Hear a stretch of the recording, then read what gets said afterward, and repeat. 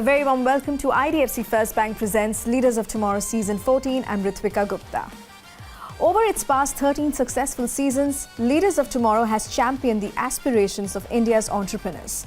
Rising above the noise to lead the discourse, Leaders of Tomorrow is the definitive platform for trailblazing Indians.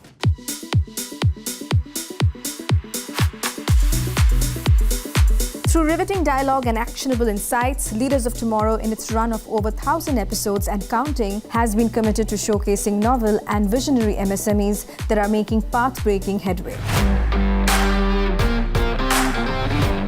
We've also specially designed our digital-first podcast series to bring you candid interludes with leading minds who are carving a niche and forging ahead.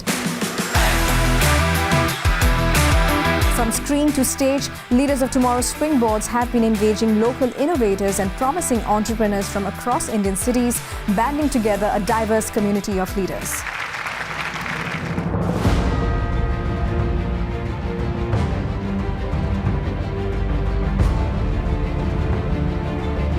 And to round up our opus, the crowning glory that is the Leaders of Tomorrow Awards, the annual evening of celebration for the brilliant minds that are building homegrown business monoliths from the ground up.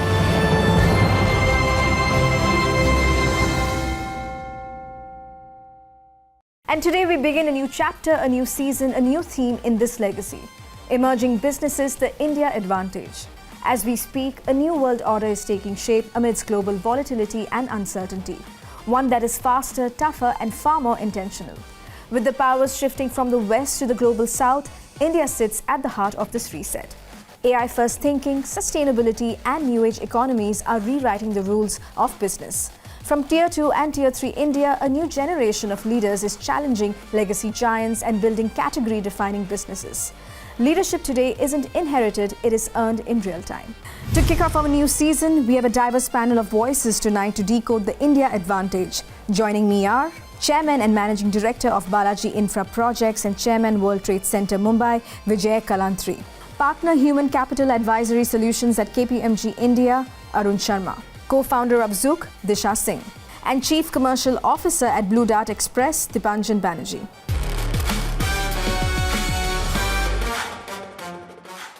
I want to open this up with a common question for all four of you. We are living at a time of global uncertainty, shifting economic realities. So my question to all four of you is, what do you think truly defines the India advantage, especially for MSMEs, startups and entrepreneurs? Let's start with you, Arun. Earlier, people had this view that India advantage is primarily driven from a cost benefit or a cheap labor. But what we see, and we have done extensive study with CII on this, on talent imperatives for MSME. India has a very strong advantage when it comes to MSME, primarily because what they contribute. It's large scale as far as the workforce is concerned. Close to 30% of workforce from India is in MSME sector. The challenge there is not about the participation, challenge is about productivity. What I mean by that is the skilling, the efficiency that we see in the productivity aspect, which are very, I would say, kind of foundational for a large enterprise, that's a challenge. So that's something which needs to be looked at, but primarily from the perspective of what exists today and the way it is emerging, the way it is improving has been phenomenal. There are pockets, certain markets, that's developing very, very well. So I guess what needs to be looked into, not about as much of advocacy on the policy, which we are there, but I would say primarily on the execution aspect and the efficiency aspect. That's a very interesting point. It's not just the policy, but the people, the businesses, and like you said, execution. Mr. Vijay, what is your take on this? India has the greatest opportunity and is positioning itself very creditable and scalable. Because if we speak about number PLI, the 14 strategic sectors, which have performed so well, it is 1.88 lakh crores rupees investment. If we talk about the production incremental, it is 17 lakh crores. So if you see positioning globally, we are doing better and better day by day. And MSME is definitely playing a very vibrant role, which is the backbone of Indian economy. If you talk about exports, it is 40-45 of exports, part of over 30% of GDP. And if you go by the patent registration, the MSME has exceeded 45,000 patent registration. And they want to go globally besides India. So scalability, credibility, resilience, everything is in place. The world over, if we see the economy, people are looking back, whereas the world is looking at India. And I feel if MSME put on a right track, like we talk about adequate and timely finance and investment, you will see that our growth will be much higher. What we were few years back in 2014 and what we are today, the 10th largest economy to 4th largest economy. Yeah. So that is a way forward. So think positive, do positive and work positive. Fantastic. Dipanjan, over to you. Same question. What do you think is emerging as the real India advantage today? I am a personal believer of the Indian story, and we have never had a better time than today. I personally believe and it's always contextual and comparative. So when you look at where we are currently placed and everything on our side of growth, number one, if you look at our demographic profile and if you compare it with, let's say, developed economies, we are currently at a median age of 28, China 39, Europe 45 plus. So we have at least 68% of the overall people working today. That's going to continue for the next 20 years. There are three things that drive this economy, and number one is manufacturing, and I'm very happy that we are taking the right steps towards moving manufacturing to 25%. I think that's around 16% right now. It's a very, very important lever. Our share of GDP has to change. Yeah. That's one. I think that's very important. The good thing is India is a very consumption-led economy. We are 62% consumption. That kind of at least places are better than global shocks than other countries. Some of the other countries you would have seen that the government is still trying to absorb a few shocks, and that's only because we are a heavily consumption-based economy. Yeah. Let's talk about infrastructure. The infrastructure, if you look at what the government has done in the last 10 years, I think it has become 3x in terms of the overall spend on infrastructure. It's like 11 lakh crores. And it's all going to help the growth of this country. If you think about digital, and I'm very, very passionate about digital, forget about the number of UPI transactions that we have, like 20 crores. That's a huge number driven by population, but we're also investing into putting the right kind of 5G network. It's huge. So these are steps, I think, which places us at the right place. We are at the right platform in the last 5 years to now start catapulting. That's what I feel. And I think it's also a great time to build in India, right? Absolutely. And Disha, I'm coming to you because you are also a founder who's building in India. So what is your perspective from a founder's perspective? I think it's a great time for a consumer founder in India because whether you sit out of Indore or Bombay, you have almost the same tools at your disposal, right? And very rightly said that our economy is the most expanding consumer market at this stage. We all know what is happening in West. China's growth is slowing down. We are the only economy which is growing in terms of consumption. That layered upon the digital penetration that we have got in terms of, and the infra that we have set, be it UPI, Aadhaar, all of that really helps founder like us to distribute to billions of people. And most importantly, what has also happened is this, that a founder in India today can create a world-class product, distribute it via digital means to billions of consumers in India who are now proud to carry a made in India product. I think that did not exist a decade back for them. Absolutely. So if I could just build on this macro picture, and Mr. Vijay, I'd like to come to you now. There's a lot going on, in the world today. People are saying that we are entering, what a lot of people are calling the new world, trade order. There's a lot of, global uncertainty, macroeconomic uncertainty, volatility. I want to know from you, how do you think Indian businesses need to respond to this? And do you see this as a long-term sort of a, impact, or do you think this is just a temporary disruption? Resilience, scale and credibility. All three pillars on which the India stands. And that will lead us to a global economy, global supply chain system. We talk about increasing our competitiveness in the global market. We talk about make in India, ease of doing business. That is one stage. But what we need to see that those things are implemented in letter and spirit to enable us to grow faster. We have a capability. As I'll tell you, he said about 62%, but I think we have consumption of more than 70%.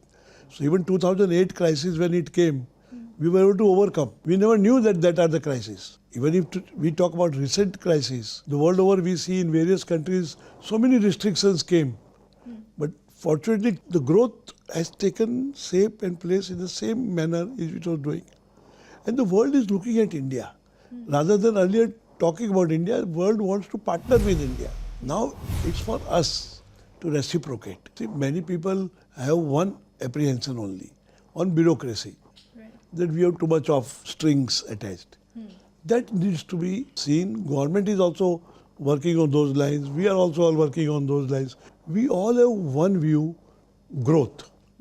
People know Indians are sincere. People also know that Indian products are reliable. Earlier we were only brand name in IT and digital. Now we are brand name in pharma. We are in auto components. Tomorrow I would like to carry that product to USA and UK rather than carrying a product, buying a product from there.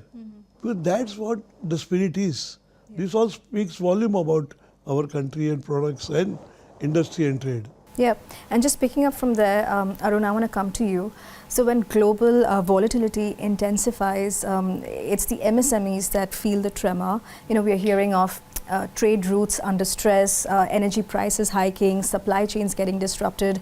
How exposed are India's MSMEs to these global disruptions? No, I guess that's a very relevant point, and primarily because the way the world has evolved, right? I guess it's very evident in the last 5 years, I would say.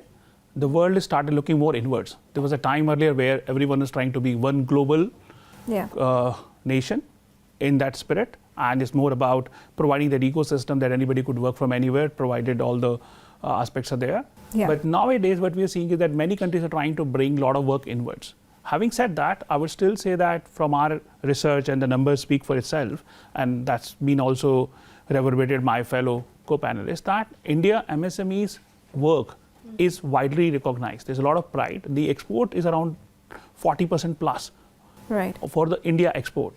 But at the same time, look at the challenges, right? When you talk about these exports, supply chain disruption, you know, the working capital cycles, you know, the supply chain routes getting disrupted, your orders. So the demand is there, the orders are there, but it's more about how do you navigate that resilience internally. So the lens has to shift, and whatever we could support from the ecosystem standpoint, I guess also is what mentioned by, you know, Vijay sir, it's more about how others are supporting. So from the government side or anyone, the construct should be about how to make sure you make MSME more resilient, provide those measures so that, you know, all the supply chain disruption, working capital cycles could be leveraged. I guess that's where the support is needed.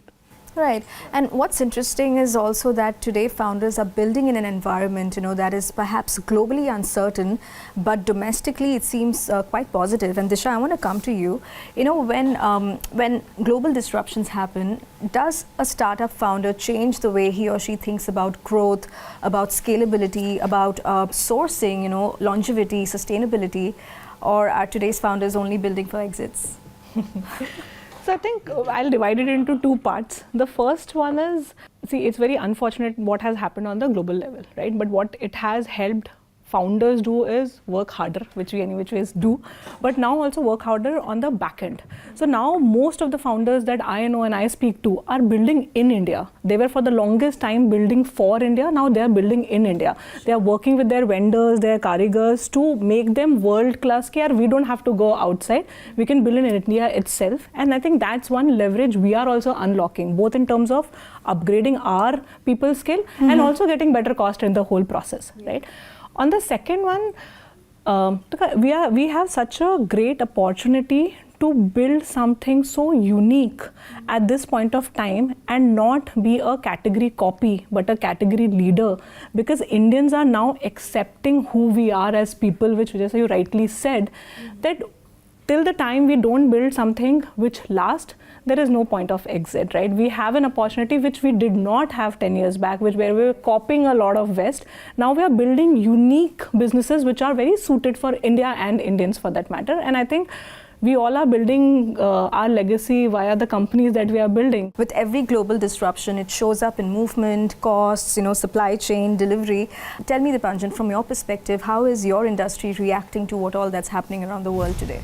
It's a difficult time and it's pretty unfortunate. See, one of the largest input costs for logistics is fuel. When you think, and specifically we are the largest air cargo carriers of the country. Yeah. Apart from that, we do a lot of surface logistics as well. So typically, we are seeing a lot of stress in the way fuel will get priced eventually. We are already seeing some measures that the government has taken to not pass it on. But if you look at the wholesale price index, it has already gone up. Right. It will follow in retail as well. So you'll see a lot of issues coming in when it comes to input cost of logistics is one. There are only so many things that you can do. You can work with your vendors typically transporters face a lot of problem during this time. Their working capitals go for a toss. Their availability of fuel goes for a toss. They have to wait much longer in terms of how could they refuel their vehicles, etc. So these are tough times for people who run logistics in a way. That's about the domestic scheme of things. Internationally, if you think westbound routes are 30% of Indian exports. Right. And there is a large disruption in terms of the overall demand. People have to change their routes. There is a lot of container route changes that you have to do. So all this is cost, and there will be something that will be passed on. So there will be inflation in the logistics sector is what I feel. Right. Which is probably a short term, not a speed breaker for the MSME sector as well. You know, despite all that's going around the world, the uncertainty, you know, macroeconomic volatility, India is still, you know, aggressively pursuing, you know, trade relationships. And Mr. Vijay, I'd like to bring you in here. Earlier this year, we saw the India-EU trade deal. You know, it's hailed as the mother of all trade deals. There was the India-New Zealand trade deal, and now the India-US deal as well. How significant are these, you know, agreements to global trade flow for Indian exporters? And do you think countries today are viewing India as a dependable trade partner? All these trade deals will make us more competitive in the global market. It will open up more markets, free trade, free business opportunities, duty-free businesses. Many materials which we were not able to export because of duties, because of countervailing duties. And also some of the items were not bought by us, they didn't buy from us. But now they are looking at India very seriously. Like see, before UK, EU and all, we had Australia. They opened up 6,000 items for India, which they were buying from some other country. EU and all these are great opportunities. That's why we have to boost up our manufacturing. We have to do that PM Gati Shakti synchronized with infrastructure. These all schemes which are there, this needs to be further enhanced, accelerated, so that people take advantage, and we are able to take advantage of these MOUs or FTAs or free trade agreement, whatever we sign. Till we don't do that, we don't have a backup. One more thing is to be added is, government had spoken that minimum government, better governance. Today the compliance and all has to come down. It has to be more liberal. You have to trust trade, industry and business. And that trust will bring in more speed to the growth, manufacturing, exports and employment. Well, I completely agree. From a macro picture, let's move to a micro topic. Arun, coming to you now, while India's growth story, you know, on a macro level, it looks very strong.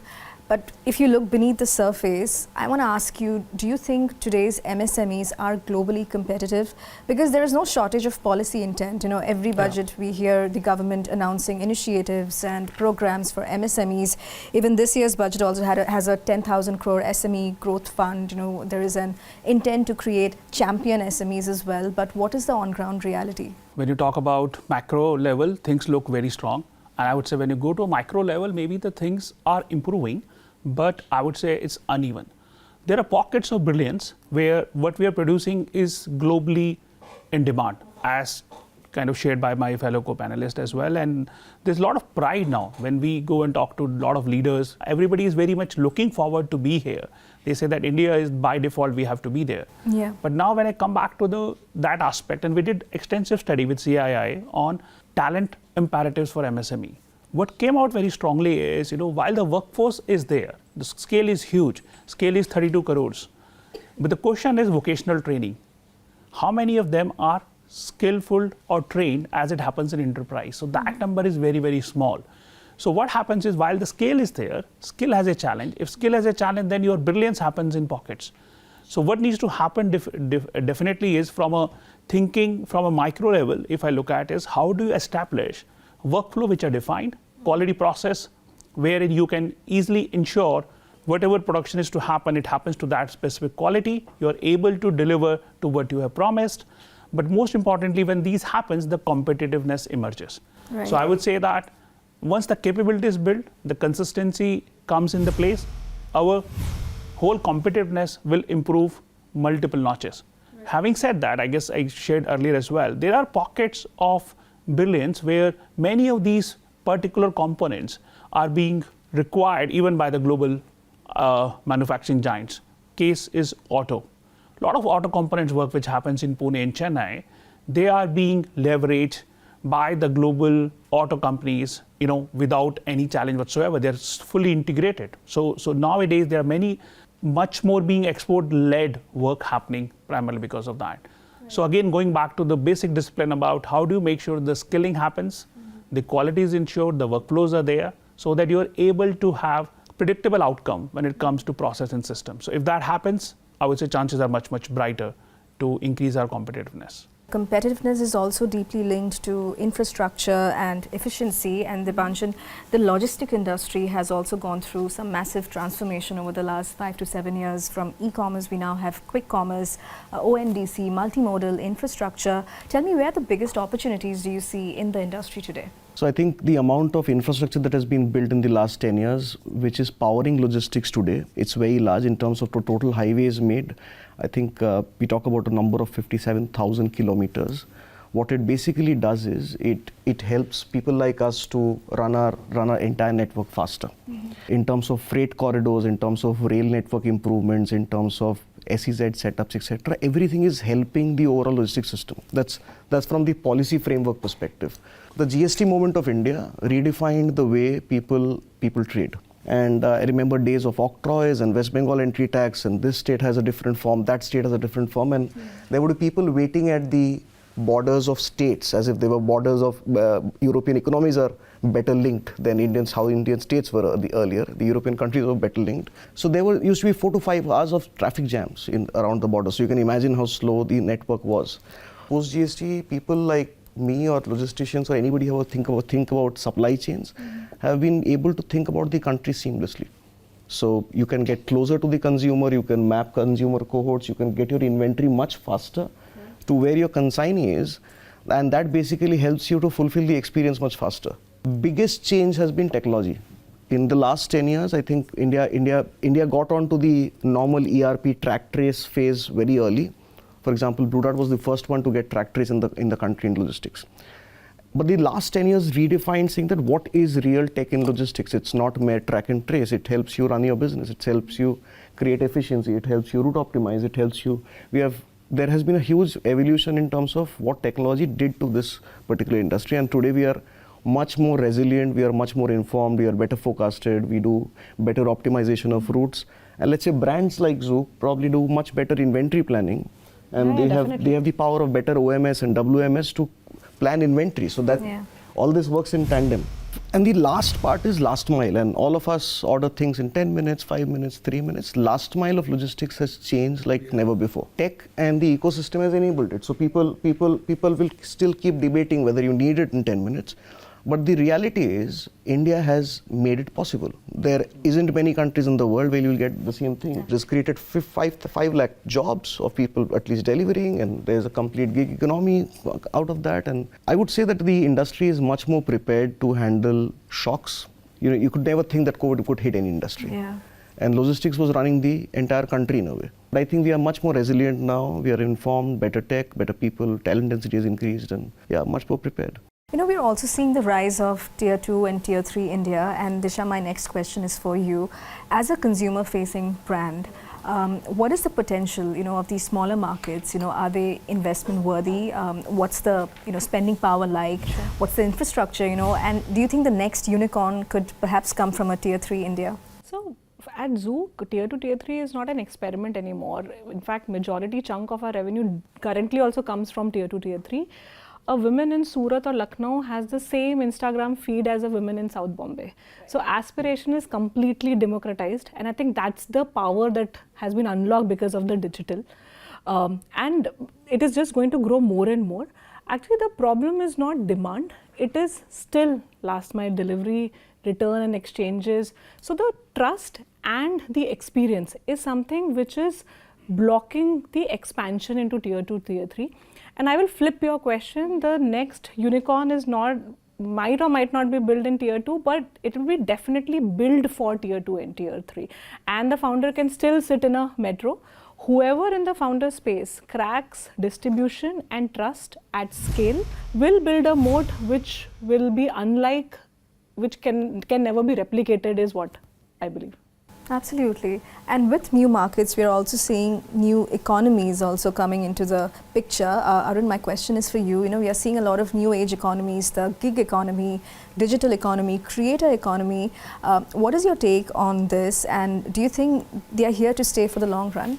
That's a very interesting topic of question, I would say, primarily because the whole way we constitute or think about work has changed. A lot of our conversation where we go and talk to the clients about the future of a particular industry, future of auto, future of finance, future of ports, all this, and with digital coming in, how the work is being reconstructed.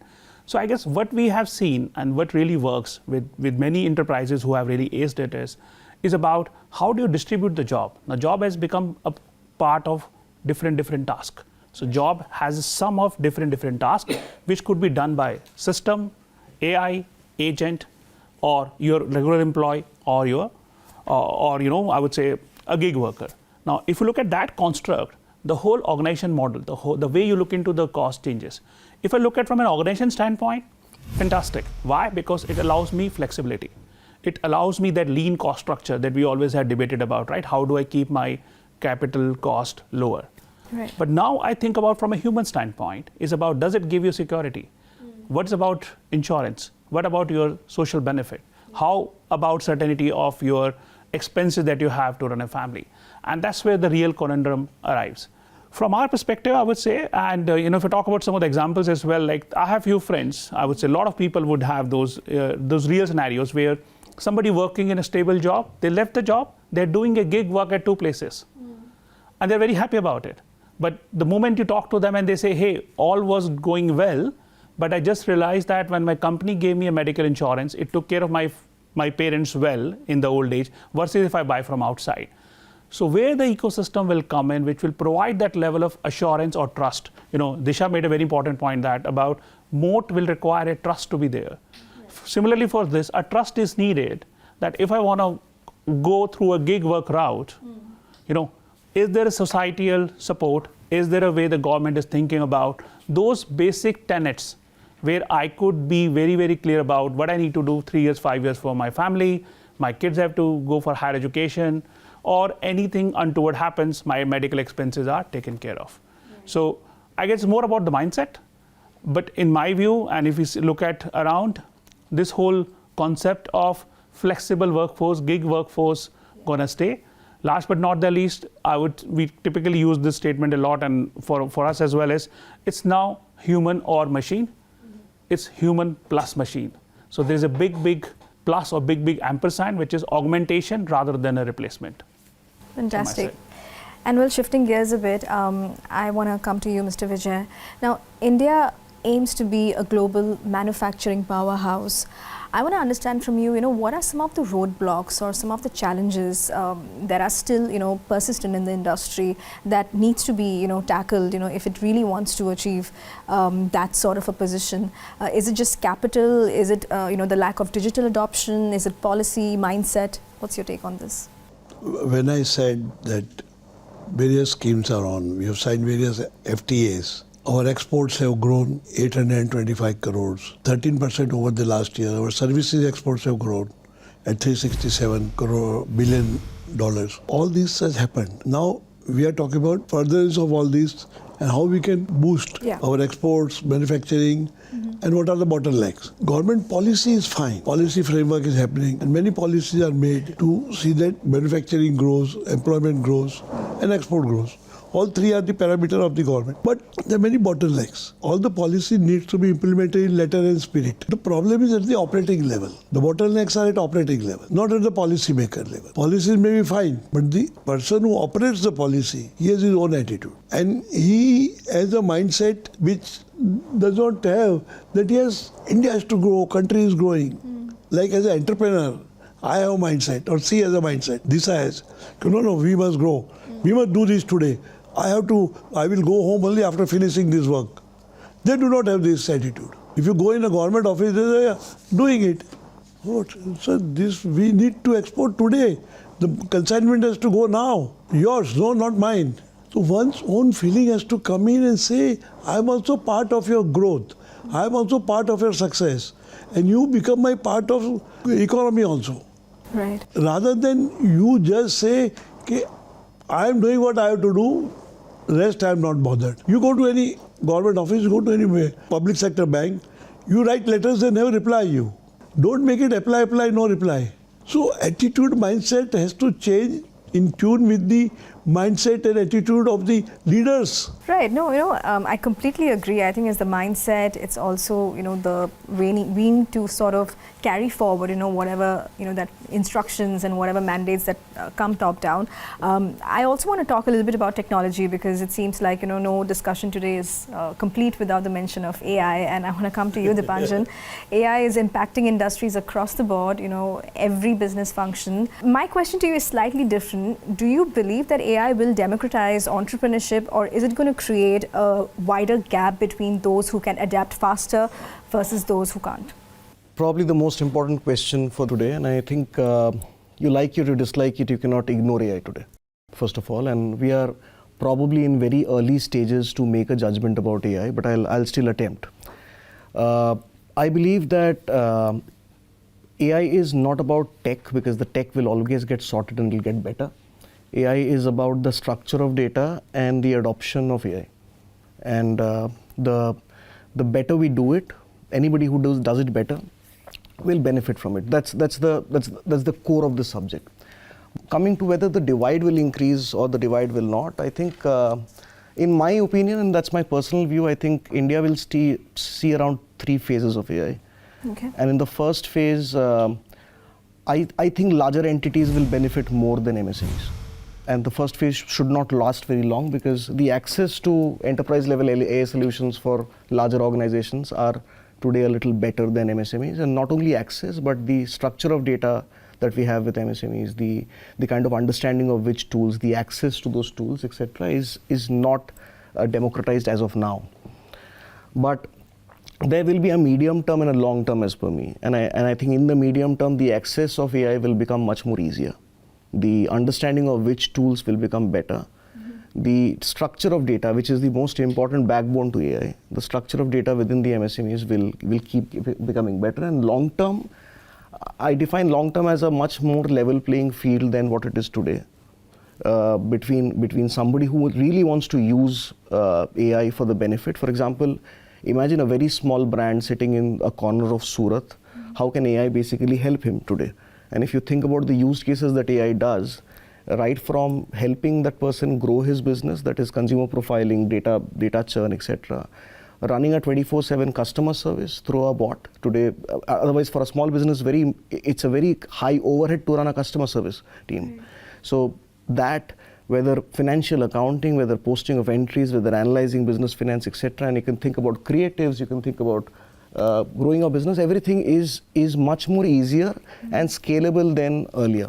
So I think uniform penetration, like Arun mentioned, I think it's not uniform. And the more uniform we make the used cases of AI, only then MSMEs can make a huge use case of it.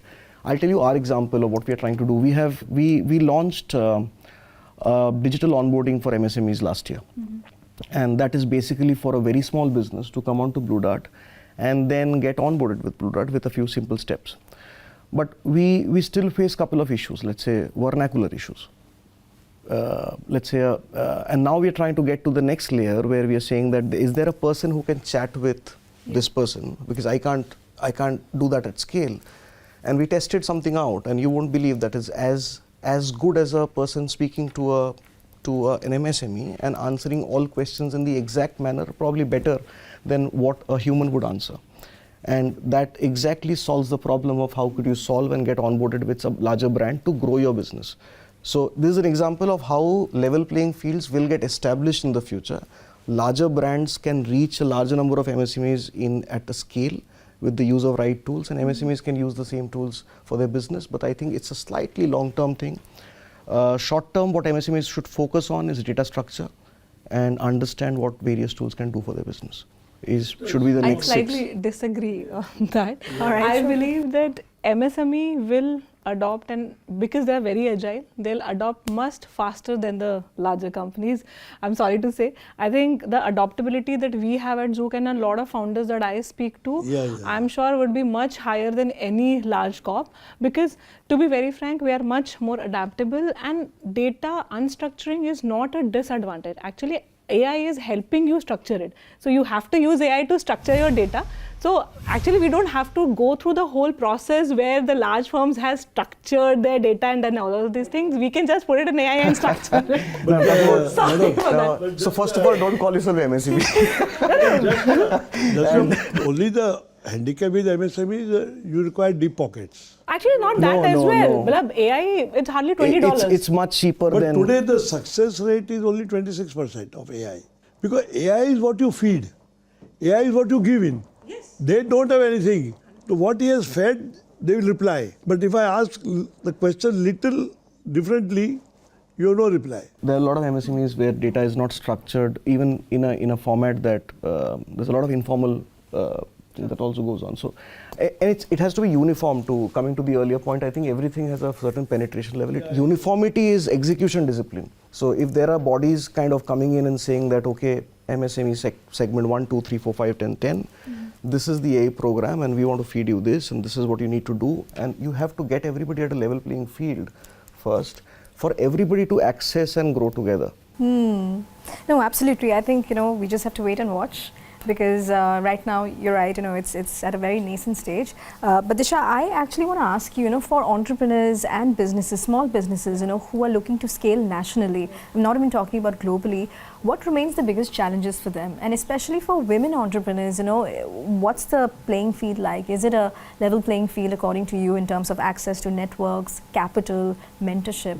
For us to scale nationally, I think the biggest hurdle is to understand distribution beyond a certain geography. So though we are still very online first brands, so the new age of companies are built on online first, but still 20% of whole consumption is online. The rest 70-80% is still offline. So we need to understand distribution geographically at scale, which also comes with this working capital challenges and inventory management challenges. And I think that is what us as a founder are understanding how to do better. So I think that is one big challenge we all are grappling with and trying to solve for. On the second front, we are getting into rooms more often. We are being heard more often. We are also taken much more seriously than before. But all of that has also happened because we have seen some successful IPOs, some successful exits by women-led founders. And I think that is what we need to do more and more. I think we have Stellaris, Sharp Ventures, we have Avishkar and Titan with us, and all of them in the last few years have disproportionately invested in women-led startups as well. Because to be very frank, most of the consumer brands are also built for women, and somehow women understand women better. And I think that's, we are proving ourselves in that manner. I think men understand women better. We will leave it to that. But I think if we show more successes via the women-led founders, I think that is report card which will propel us to the next phase. Fantastic. I think this was a fruitful discussion. We touched on a lot of points. But before I let you go, because we began this discussion on a very optimistic note, decoding the India advantage, I want to close this by asking a common question to all four of you again. What is that one hard reality or challenge that India needs to confront now, today, in order to become a global economic powerhouse? Let's start with you, Disha, this time. I think we have spoken about consumer depth, but still in India, the consumer depth is propelled by the top 30-40 million consumers only. I think what we need to do is to also unlock the consumption in the rest millions of people, and not a credit-led consumption. It needs to be a income-led distribution, and that is extremely important. The question is not whether we can create a lot of unicorns. The harder thing is a person sitting in Madurai, owning a small shop, sending his kids to school, taking a vacation once in a year. Is he able to do that with the income that he has, is going to propel the next India story. Fantastic. Dipanjan? I'll second her. I think the overall and it all boils down to per capita and how much somebody can spend. Our per capita is slightly unevenly distributed, and we all know about it. And I think every country needs time. I think we are in that time where we are soon get to maybe a 3,300, 3,400 as per me. That's an inflection point for an economy to kind of go to the next level. We are probably $600 away from that. But moving away from that, I deeply believe, and my core belief is we have to move with much more bolder steps to enable manufacturing. And whether we do whatever in terms of trying to say that we need to grow, I don't think, in spite of all the initiatives, we are still growing at 5.5% in terms of IIP and manufacturing. And that has to go to 15, 16% if we need to get to the 25% mark. And for me, that's policy plus execution, coming back to what, even execution at all levels to enable that manufacturing. It's the core. We can't move ahead without that. And all others are peripheral problems, in my view. Sure. Mr. Vijay? See, we are talking about startups, 2 lakh startups, 125 unicorns. So we are seeing the growth in the economy. Of course, market is huge, India, but how to reach the market? As he rightly said, penetration to the market. But that also will help now because our logistic is improving day by day. See, whenever logistic improves, uneven development becomes developed agreement. Regional imbalance will take care of the regional imbalance which is there today. Right. Because MSME or any entrepreneurship grows, then government has come out with one unique idea and which many states are following. One village, one product. This will help the growth. This will help also infiltration and congestion into the urban areas. Because if I have business, at my footstep, I will go there. And I'll make, and use of local raw material will happen. There are many things which they can make, like agarbatti, like bamboo produce, cane produce. See, all said and done, Indian by nature is a skilled man and entrepreneur and creative. He wants to do something, he or she, and they will do it and they'll make it. So, besides that, only one hurdle which comes from local authorities, junior levels, this all needs to be addressed. Although we are talking about online, we are talking about online applications and all, still there are some issues which confront, and many people that's why don't want to become entrepreneur. It's better I will do the job, doing business is too much of issues. So that mindset has to change. As I rightly said earlier also, minimum government, better governance. Fantastic. Arun, I'll let you have the last word. Sure, thanks a lot. That makes me feel special. But I guess, pretty much, very much resonate with what has been discussed about, right? Huge amount of success story are evident, are there. How do we replicate it? So I go back to the skill part that I talked about earlier is about India, MSME has solved for scale. They have to solve for efficiency. We have huge participation, but how do you convert the participation to productivity? If that happens, when we talk about what GDP we could kind of target year on year, what kind of contribution we could have, and I guess Disha talked about a very important point that how do you go from that 30-40 million to a much wider base? We could unlock much more from that potential.